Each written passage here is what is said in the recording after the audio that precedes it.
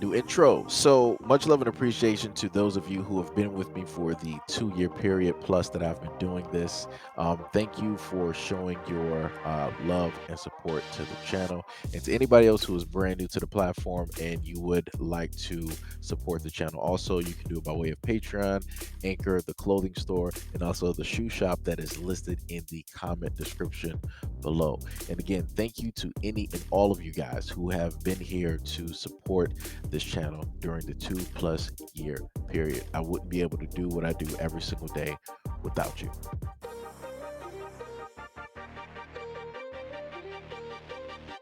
California's first in the nation task force of reparations for African Americans has voted to direct state compensation to the descendants of enslaved and free Black people who were in the United States in the 19th century. The group stated that a compensation and restitution plan based on lineage as opposed to one based on race, which would have opened the possibility of reparations to a border group, had the best chance of surviving a legal challenge. They also stated that the Black immigrants who chose to migrate to the United States in the 20th and 21st centuries did not share the trauma of people who had been kidnapped and enslaved. They also opened eligibility to free Black people who migrated to the country in the 19th century, given possible difficulties in documenting genealogy and the risk at the time of being enslaved. The decision passed by a vote of 5-4 on Tuesday evening after a day of lively debates. Others on the committee have argued that reparations should include all Black people, regardless of lineage, who suffer from systematic racism in housing, education, and employment. They also stated that it was very difficult to prove lineage and that enslavers often shipped people to work in various plantations in and outside of the country. The 2 year reparations task force was created back in 2020, making California the only state to move ahead with the study and the plan, with a mission to study the institution of slavery and its harm and to educate the public about its findings.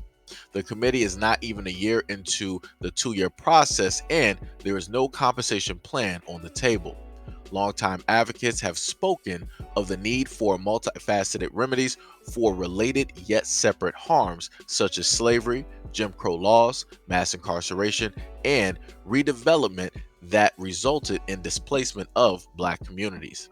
Compensation could include free college, assistance buying homes, and launching businesses and grants to churches and community organizations. Eligibility question has dogged the task force since the inaugural meeting back in June, when viewers called in pleading with the 9 member group to devise targeted proposals and cash payments to make whole the descendants of enslaved people in the United States.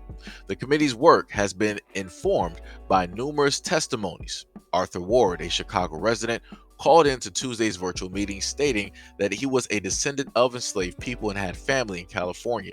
He supported reparations based only on lineage and expressed frustration with the panel's concern over Black migrants who experience systematic racism. Quote, when it comes to some sort of justice, some kind of recompense, we are supposed to step to the back of the line and allow Caribbeans and Africans to be prioritized. Taking this long to decide something that should not even be a question in the first place is an insult. Kamala Moore, the committee's chair, favored eligibility based on lineage rather than race, saying it would have the best chance of surviving a legal challenge in a conservative United States Supreme Court. Shirley Weber, the California Secretary of State who authored the legislation creating the task force, had argued passionately in January for prioritizing descendants of generations of forced labor, broken family ties, and police terrorism. The daughter of sharecroppers forced to flee Arkansas in the dead of night, she recalled how the legacy of slavery had broke her family and stunted their ability to dream of anything beyond survival. Opening up conversation to Black immigrants or even descendants of enslaved people from other countries would leave the United States descendants with mere pennies. But task force members, nearly all of whom can trace their families back to enslaved ancestors, have struggled with the pivotal question that is bound to shape reparations deliberations across the country. The panel needed to make a decision so economists can begin the calculations. That California has no obligation to pay up, given that the state did not practice slavery and did not enforce Jim Crow laws that segregated black people from white people in the southern states. But testimony provided to the committee shows California and local governments more complicit in stripping black people of their wages and property, preventing them from building wealth to pass down to their children. Their houses were raised for redevelopment, and that they forced to live in predominantly minority neighborhoods and couldn't get bank loans that would have allowed them to buy property. Black residents are 5% of the state's population, but are overrepresented in jails, prisons, and unhoused populations.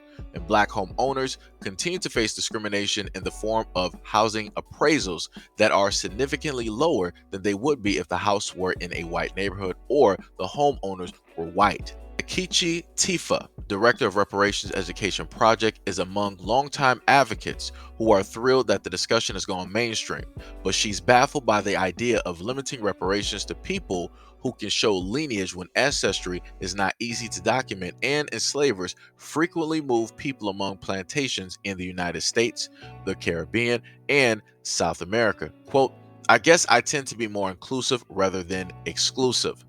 And maybe it's a fear of limitation that there's not enough money to go around.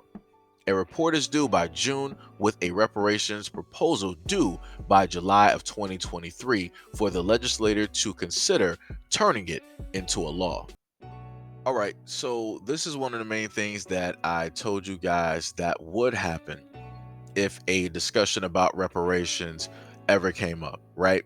If this took place, let's say the 50s, 60s, 70s, 80s, 90s, early 2000s, it would be a little bit easier for them to make a decision, right, on if they're going to allow or if they're not going to allow varieties of other black people that are a part of the diaspora, right, to be a part of this, right? Because we have had an influx of people from other places come directly here to the United States and basically call it home. So what's going to take place, right? Let's just say if reparations were to happen. What would take place is that you would have a lot of people trying to state that, yeah, I deserve, reparations because I'm black, right? And just solely off of that, when there's a lot of people out here that in a sense would want to or would try to consider themselves black, even though they've never lived their lives or really felt or anything like, right, quote unquote, that they are black. But if there's money directly tied into it and wrapped around it, magically everybody wants to be black American at this moment in time. I'm not really using the titles right now, like FBA or Adios or anything like that. I'm just saying black American, right? I'm talking about people who have been here, people who have, in a sense, as they stated before, a lineage, something that you can trace from point A to point B to point C to point D, and different things of that nature. Nothing that's directly cut off, something that is directly here on this continent that tells you that, hey, these people have been here for the longest amount of time, so they obviously, their generations have obviously been a part of a variety of the atrocities and the horrendous things, in the unbalanced judgments and laws that have taken place in the United States of America. So they deserve to get such and such money. Another thing that I just thought about that will transpire and take place, right, is that you will have an abundance of Caucasian individuals at a certain point in time, right, deciding that they want to start adopting black kids, right? Because by way of those black kids, because a lot of them would be descendants, right, of slaves, right, of those generations, of those families, right, they would end up receiving money. So then you would have those black kids, in a sense, being used as a bank or as some type of ticket, golden ticket to Willy Wonka, to say, here, here, here, look, I got my ticket. Let me in the gates. Let me in the gates. Right. That's something else that will, transpire at that moment in time as well. You could also potentially, like, let's say, to throw in another variable, you could have some people that feel that they are transracial, right? You could have a variety of people that might be from a whole other ethnicity, but they identify and feel as though, right, they are black, right? And and different things of that nature. What I'm saying is there's a lot of things, regardless of the fact, like, I do know that they said lineage and different things in there. What I'm stating is that there's a lot of things that can be thrown into this conversation where people will feel that they are obligated, that they deserve, that they have the right to basically share in this money. Because as we all know, when free money is given out, when anything free is given out, everybody's raising their hand to basically get it.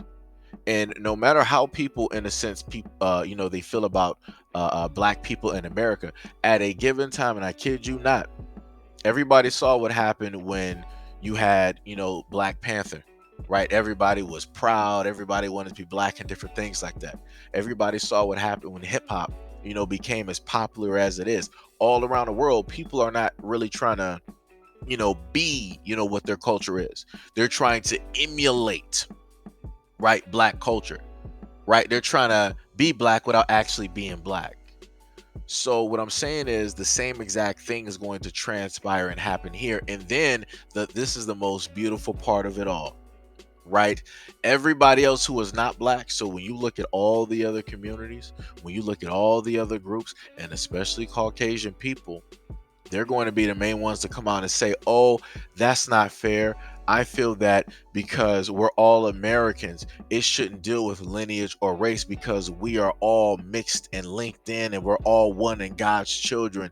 It shouldn't just be reparations just for quote unquote lineage of black people or enslaved people. We all were enslaved at one point in time. The Irish and the Scottish were enslaved at one point in time. The Asians, the Chinese and the Japanese were enslaved at one point in time. The Mexican people were enslaved at one point in time. The Native Americans were enslaved at one point in time. We should all share in those reparations because we are all Americans. That's how they're going to try to sit up there and write that whole narrative to try to basically lengthen the amount of time that it would take for black people to, in a sense, get those reparations. Of people who never wanted to be considered black, they're going to start looking through their families and start trying to spot people here and there and then trying to trace their bloodline just so they can magically get a few couple of extra dollars. Like I said before, it all sounds very good in theory at this moment in time, but if this actually gets rolling, it's going to be a mess, and it's going to be a very large debate on social media, on any platform that you're on, and especially mainstream media. They're going to have a field day.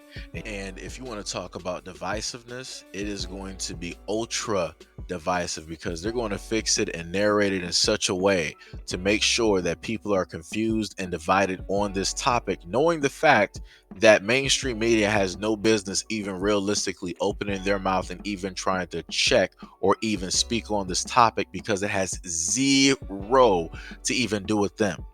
And then to make it worse, you're going to have other quote unquote black leaders, right, that are not actually black American leaders, meaning, people like they said before, people that were here in the 19th century, and so on and so on and so on. They're going to decide to speak, and they're going to say, oh no, black people don't need reparations and all these other things. Or if they are going to agree on it, they're going to sit up there and then list other individuals that deserve it as well too. And then on top of that, you're going to have the other black people, right, that are married to other people, that they're going to try to fix their face to basically say something as well. And they should technically be the last ones to say anything, especially if you're going to try to fit in or you're going to try to cancel out what it is that is taking place at this moment in time. And then last but not least, like I said before, all the other groups, they're going to be like, what about me? What about me? What about us? What about us? What about us? And to that, I'm going to plainly state that all of you all at one point in time have received some type of form of reparations. And if you have not received any type or some type of form of reparations, then your community and your group specifically needs to get some people together in order to figure out a plan to come up with so that you can get the money that you all feel that you deserve. But anyways, let me know what you guys think about this topic and everything that I listed in the comment description below. And as always, peace, love, and stay tuned for the next video.